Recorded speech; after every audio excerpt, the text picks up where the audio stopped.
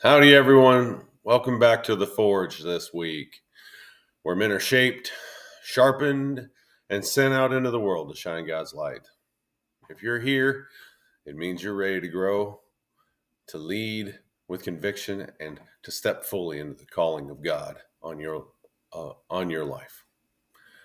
So, in this three-part series we did this week, I really wanted to go into the story of Eli from First Samuel chapter 2. And I wanted to compare the passive leadership from Eli to the principled leadership with men like Moses, Nehemiah, and Daniel. So today we're going to talk about the different high points in all three articles. And we're going to unpack that leadership, how leadership failure, what it looks like, and what biblical leadership requires, as well as what happens when men refuse to step in the gap. When leadership fails, in part one, we talked about the failure of Eli. As high priest of Israel, it was just expected, from the Levitical line of the Israelites, it was absolutely expected that Eli would become the next high priest eventually. So from birth, he was going to be expected to step into that role, right? He was the one man that was charged for standing in the gap for God's people, right? But he didn't live up to that. If we read in chapter 2, we see how Eli really kind of just avoided. He failed to discipline his sons, right? And that avoidance, that complacency, the silence from Eli really spoke volumes, not only to his sons that they could get away with anything, but it also kind of showed the corruption left him vulnerable to corruption and bringing corruption into the house of God, right? Chapter 2, verse 17, men abhorred the offering of the Lord. So they absolutely despised giving their offering because of Eli's sons, Hophni and Phinehas. And what were they doing? They were taking the best of the offerings. They were doing lewd and sexually immoral acts with women at the tabernacle steps, right? The lack of conviction, the lack of discipline from Eli, truthfully, is disgusting, right? And because he did this and allowed that, as we read further into First Samuel, you go to chapter 3 and chapter 4, you see that the Israelites wind up in a battle with the Philistines. They wind up at war with the Philistines, and they're losing. God is not with them in that battle. So what do? Phinehas and Hophni choose to take the Ark of the Covenant to the front lines so that God will be with them. And they lose, and the Philistines win and take the Ark of the Covenant with them.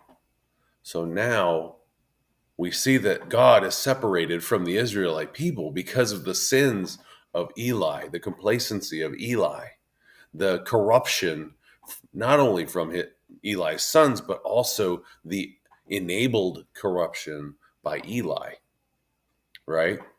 So this is what happens when men don't do what and step into and stand in how the way that God expects them to, because God puts a lot on men, right? God separated himself from Israel. Now, I will say this: God loved his people so much that when you read in chapter 4, the Philistines put the Ark of the Covenant in the temple of one of their uh, little g gods, and even the statue is planted face down in front of the Ark of the Covenant because it cannot be at the same place as our God, right? As the creator, the God of Abraham, Isaac, and Jacob, right? The God who brought us Jesus and the Holy Spirit. So, this is what happens when men with the spiritual authority don't step into their role with courage and conviction. Complacency isn't just personal, it's a poison. It poisons those we're supposed to protect. It poisoned the Israelites that Eli is supposed to stand in the gap for, right? So let's move on to I think it's made it very clear that Eli obviously has messed up, right? Well, let's move into comparing him and his failures to men like Moses, Nehemiah, and Daniel. So in part 2, article 2, we talked about it. I drew that sharp contrast between Eli's failures and the faithfulness of Moses. Now, Moses was called by God to intercede for the Israelite people who were enslaved in Egypt. We all know the story, right? He goes to Pharaoh and says, Pharaoh, let my people go, right? Moses was the mouthpiece and the gap filler for the Israelites, right? And even though the Pharaoh resisted at first, because Moses stepped in that gap and he kept moving and he kept warning and he kept doing exactly what God told him to do, albeit Moses not feeling adequate and perfect for this job. The Israelite people were, in fact, set free, right? Moses didn't just perform the miracles, he pleaded for the people. He stood in the gap, right? He offered his life for them in Exodus 32:32. Moses teaches us that principled leadership starts with obedience, not confidence, obedience. God isn't looking for the perfection, and I said that already, but God isn't looking for perfection. He's looking for faithfulness, right? Then we have Nehemiah. Now, Nehemiah, he's not a priest. He's not Moses. He's nothing. What is he? He's a cupbearer in captivity in the Persian, as the Persians have taken over the area where Babylon once stood. He's not a prophet. He's nothing, right? But God puts on his heart. He hears about what's happening in Jerusalem, and the walls of Jerusalem are just falling apart. And God puts it on his heart that he needs to do something about that he cannot ignore what is happening in Jerusalem anymore. So he bravely goes to the king of Persia and say, let me go back and rebuild the walls of Jerusalem, right? He approaches his the king, he secured the resources, and rebuilt what was broken. Now, this is one man who wasn't even anything, a cupbearer for the king. That's all he was. So God, his leadership shows us that godly men don't sit in comfort. They don't stay in the place where they feel the safest. Instead, they rise to the calling. And in Nehemiah's case, the calling was Jerusalem is in trouble. They are unprotected and they need help. So he went and he helped to make sure that the walls of Jerusalem were rebuilt so that the Israelites could have a safe place to be. He led with prayers and he led with action, right? Now, finally, in the second article, I talked about Daniel, obviously another captive, this time in Babylon, right? Living behind enemy lines. He didn't overthrow the system. He didn't really try to do anything to buck the system of the Babylonians, right? Instead, he influenced by living righteously, right? He influenced almost in a silent, quiet calm, right? Daniel refused to compromise his own values and his beliefs, right? So he made a deal with the eunuch that was supposed to be responsible for the new Israeli captives that were coming from Jerusalem into the city of Babylon, right? That were going to be underneath and representing the Israelite people. He made a deal that if you just let us eat what we are normally supposed to eat, just give us the vegetables, we will, and don't make us eat this other stuff that is against us. He faithfully stood in the gap for himself and his people, right? Daniel refused to compromise on his values.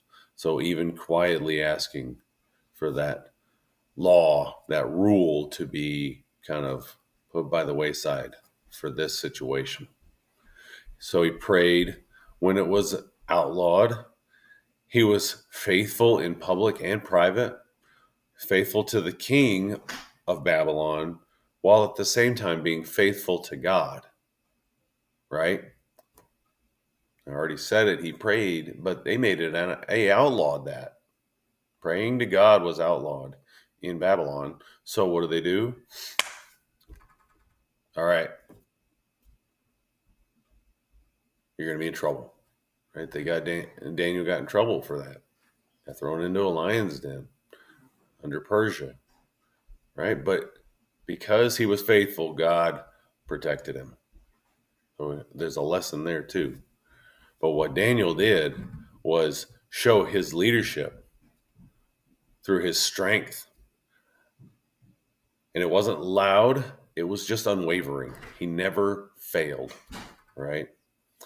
And the common thread between these three guys is each one of them had a willingness to lead, even though it would have cost them everything, right?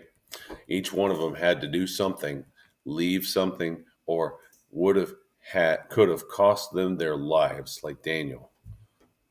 And yet they led with boldness, integrity, and with a deep conviction of what they were doing and how it mattered to God and how it mattered to the people of Israel. So with that, we're going to move into our third article, and we're going to try and push through this because I really want to get to the conclusions here that I've kind of drawn from these three articles, right? When we talk about what happens when men, especially leaders, don't guard the gate, right? Titus chapter 1, verse 6 through 9 gives us a list of qualifications for elders in the church. But men who are leaders should also apply this to their lives. Because if you're a leader I maintain that if you are a leader in church, you should be a leader in your family. If you're a leader in your family, you should be equal to the leader in church, right? The Bible, in Deuteronomy, Moses says, talk about God's laws as you walk down the road. Who does that talking? Mothers, fathers, husbands. They lead their family. And in a situation like this, every man who leads a home is, in a sense, that elder that I'm talking about. When fathers lead their families in the Lord, their children are far more likely to follow God, right? I think I saw a statistic that said 44% of children whose fathers believe in God are likely to also believe in God, versus 1.5% were mothers. Right now, I come from a single parent family. My parent was a mother. So the odds were against me. My father was an absent man. He was not in my life except for 1 year. And when he was there, he questioned every move the Bible said. Everything the Bible said, he questioned, and he made me question that, right? But then God stepped in, not with condemnation, but as a father, and he began showing me who he really was, right? And then later I met my wife, Michelle, and then I met her dad, and he was an example of what I had never seen. He took me under his wing. He showed me what it looked like to be a biblical man, a good, godly man, a husband, and a father. He wasn't without fault, but he was a man who loved God and wanted nothing more than the best for his son-in-law and what he would term son. So here's what I've learned since then. Leadership is a refining fire. Moral integrity is a muscle, and if you don't use it, it will atrophy, which means it goes away and it becomes weak. God doesn't need your perfection. Instead, he wants your faithfulness, okay? Men, if there's one thing my life has taught me, it's this. Despite your past, despite your pain, despite the failures of this or the circumstances you were born into, you were created and called for something great. You were made to lead with strength, to protect with courage, and to build with purpose. But you can't do that from the sidelines. You have to step into the gap. You have to stand guard at the gate, and you have to rise up out of the hole the world has tried to put you in. The enemy wants you to stay there.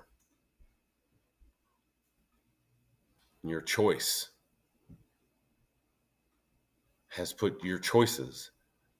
may have put you there, but you don't have to be there forever. It's not too late.